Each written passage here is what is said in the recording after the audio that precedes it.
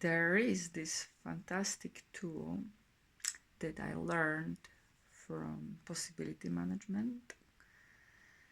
Yeah, if I would kind of look at that group within my kind of mainstream old thought were like a gremlinish kind of gremlin. That's one of the expression.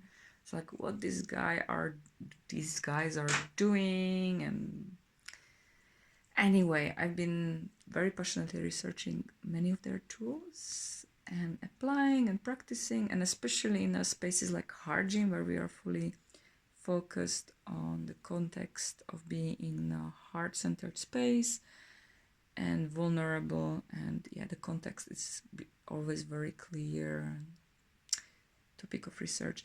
So I started to use this tool.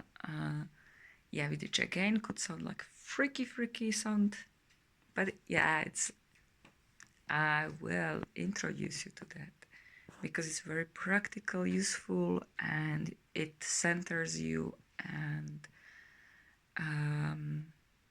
I use it, and I love to coach other, or when I hold spaces for other people, I dearly invite them to use it, and many people already know how to use it.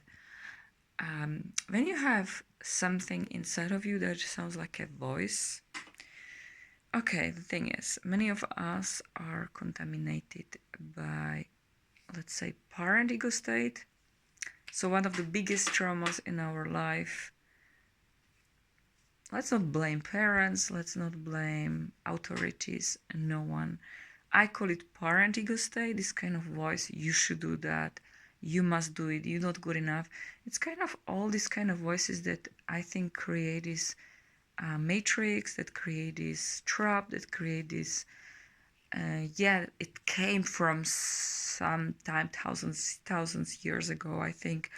I heard it from one of the channels that we got really disconnected from our hearts sometime, perhaps Atlantis time or something like this. Something really happened to our chakras, like we completely got disconnected from our hearts and our ego. Perhaps this ego state, how it was created, like there are 6 ego state types, let's say. One of them is just pure adult. One of them is gremlin. This is more like the sneaky, not responsible part of us, nasty jokes, and so on. So I'm just mentioning 3 of them. So one of them is parent ego state. And when you hear these voices, what I've been practicing, some people who've been into shadow work and not fully agree, they just embrace this voice. But really what it works is just to shoot this voice.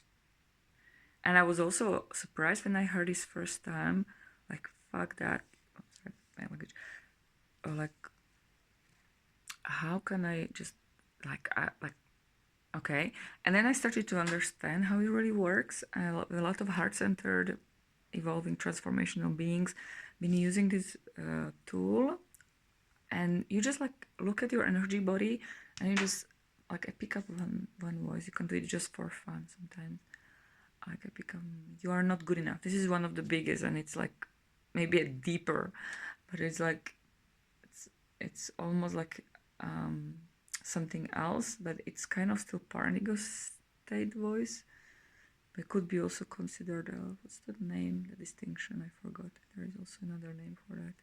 In PM, they create their own distinctionary, not dictionary, but distinctionary, to help us to help us to reclaim power by using that something that is close to reality, to empower, to recenter. So let's just try that. Like let's say I take the voice. You are not good enough. You look at the voice with your gun. Bang! And you just use your conscious anger and watch how it falls. And then you can do it a few times until it's really down and you feel like your heart has more space to feel it. And the heart can feel a lot, even a lot of emotions, immature emotions that wants to mature itself, or will, or may. Yeah, just give space to your heart. And let's just check if there's any more voices. You are this, you are, bang! Or something like, yeah. Yeah, and you can't keep going if people keep accusing you or something. There could be a lot of voices that you kind of stay linger in your energy body and keep practicing, keep going.